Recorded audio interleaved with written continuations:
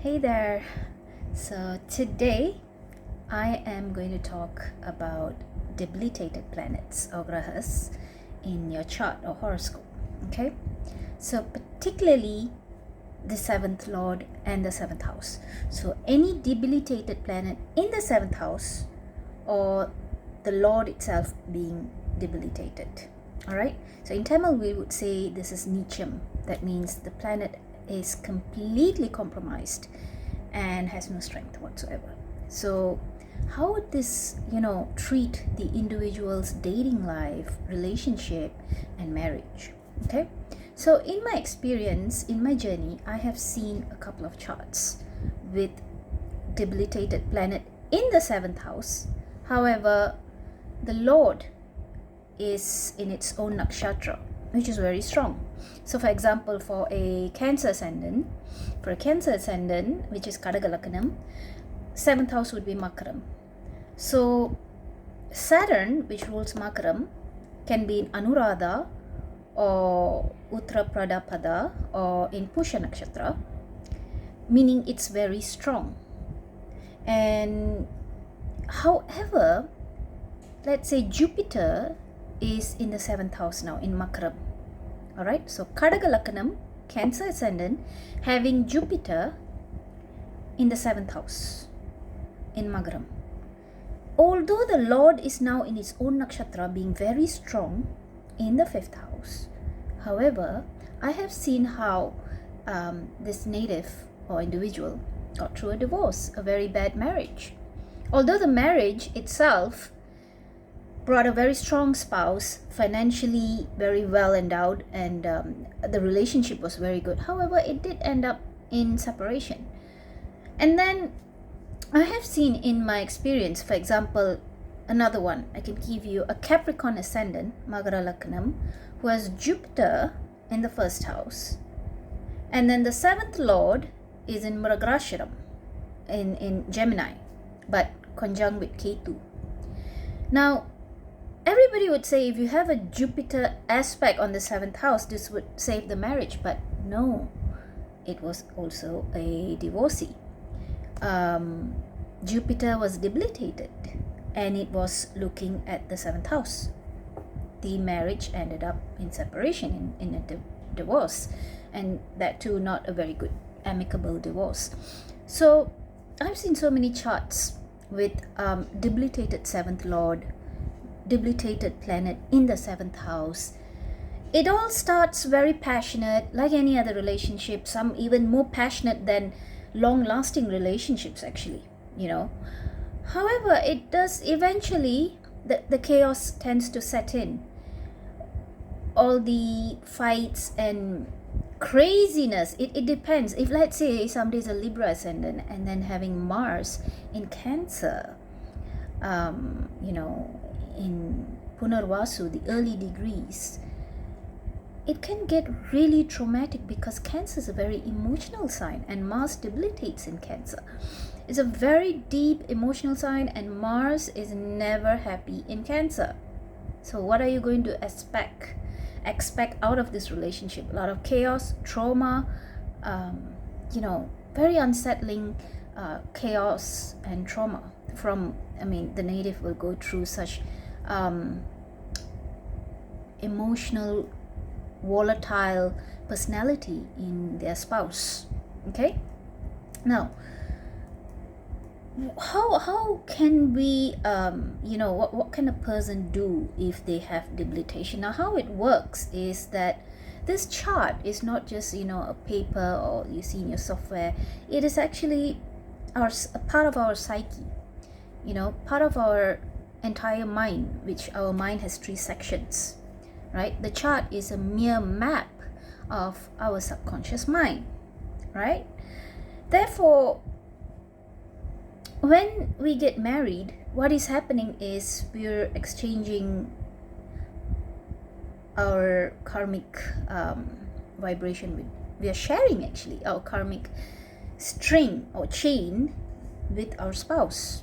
All right, so when you get intimate, okay, when the relationship is consummated, you are sharing that karmic chain with your partner. And so actually you can attract a very sane, a very nice person. Let's say a girl has let's give her ascendant. Let's say she's a Taurus ascendant, so Mars and Pluto becomes the 7th lord. Let's say she has moon in her 7th house, debilitated. So Taurus ascendant girl, which is Rishabha Lagnam, has moon in Virchigam Anuradha Nakshatra, debilitated. She is a nice girl, nice person, and she's well respected, right? And she has everything in order, high achiever can be. But when it comes to her relationship, something is going a bit, in the negative direction. Why is it so? People will question, oh, such a accomplished woman, accomplished girl, but she will attract that debilitated moon personality, a very volatile, emotionally volatile personality, a traumatic character. It could be somebody, not ego, because moon is here. The negative aspect of moon is very, very emotional,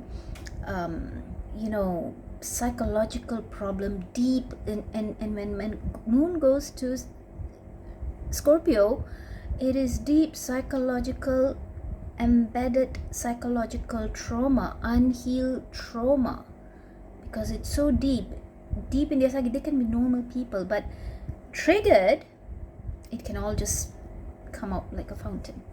And that's when the chaos starts in the relationship, right? So any kind of planet like Saturn, so if you're, let's say, again, Cancer ascendant, and Saturn goes to Aries.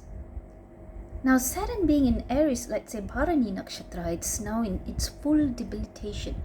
Now this person can get a very aggressive, again, emotionally volatile spouse.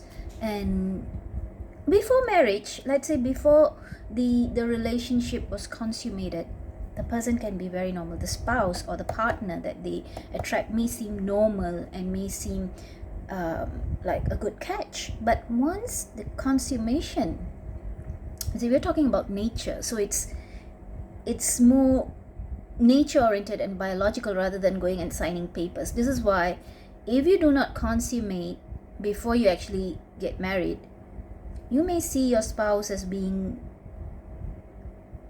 everything perfect, very good, but it's once when the consummation happens, because again, these are all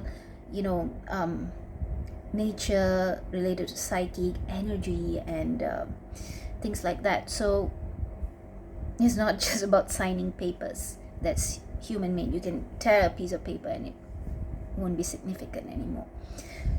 So again, Mars in Cancer for Libra ascendant, this again would bring so much chaos, and Mars doesn't like to be in Cancer because Mars is already anger. Okay, Mars is a lot of anger and rage, and you put him in an emotional place, it's just going to be all not good stuff, right? Very psychotic, very angry, very it's like the Hulk becomes raging with emotions and emotional volatility. So this kind of characters, okay? So will they ever have a successful marriage? Will they, or is it just going to be this vicious cycle of finding someone and they seem okay and then get into a relationship and then chaos happens and then just boom, they separate? Is this like a vicious cycle, or is there something that they can do? One other thing is I've just observed this trend like continuously, and I took time to study this 7th house debilitation. Is there any way there's a remedy? People can do remedy, whatever remedy they believe in, and maybe as humans we can be aware, all right, this is going to happen, so maybe you communicate, all right, or find maybe take time off. One of the best things to do obviously is to to go silent for a while. That's what you must tell your partner. Take time off and people can come back. Because sometimes when you go with a person who has the seventh lord debilitation, whether a planet is sitting there debilitated or whether the seventh lord is debilitated, it affects the partner. So let's say there's this individual A, let's say A individual, okay? A has a debilitated planet and it's in a very bad position. So the spouse that comes into the spouse can be a very normal, well-to-do, well-accomplished, emotionally, psychologically pleasant, healthy.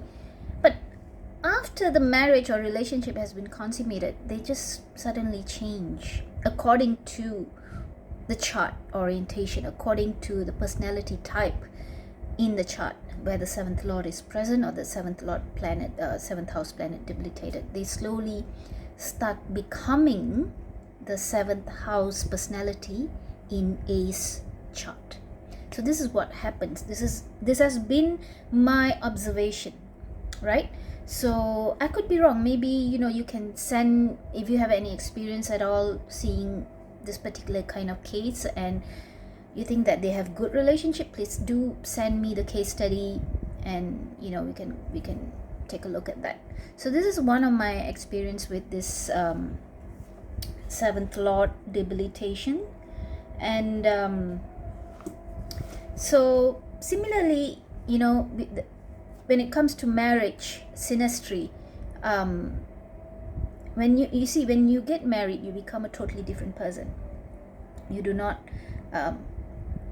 recognize the person anymore. They change. People change after marriage, and it's one of the highest truth, right? You don't recognize a person anymore. They used to be so different. People, when you marry, you take the persona, the personality of your spouse's seventh house and the seventh lord positioning.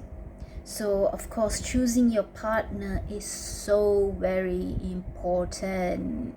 And always look, I will post another video on marriage synastry, okay? It is so very important to choose a spouse, not just from an astrological aspect. Of course, astrologically a lot of queries would be answered, and definitely it gives you a sense of leverage when you look at a person's chart, and rather than having no idea at all about a person. I mean, they can be highly accomplished, they can have this and that, they can be so socially active, they can be this and that, but no one is perfect, and people would have some debilitating aspect about them in certain way. But you gotta make sure that it wouldn't affect you as a person, as an individual, right? So this is why it's so important when we have to choose a life partner, because it's not just marriage is about you transforming as well. And you want to, of course everybody would want to transform into a better version of themselves, but that's not what happens in today's day and age, right? Not every marriage brings out the best in someone. You got to be really lucky if your marriage makes the better out of you, brings out the better version out of you. And we see sort of mixed combination these days. Some people get married and they become horrible. Anyway, these are things that we see regularly, but that was what I wanted to talk to you about. And yep, I guess I'm done. So see you in the next video then.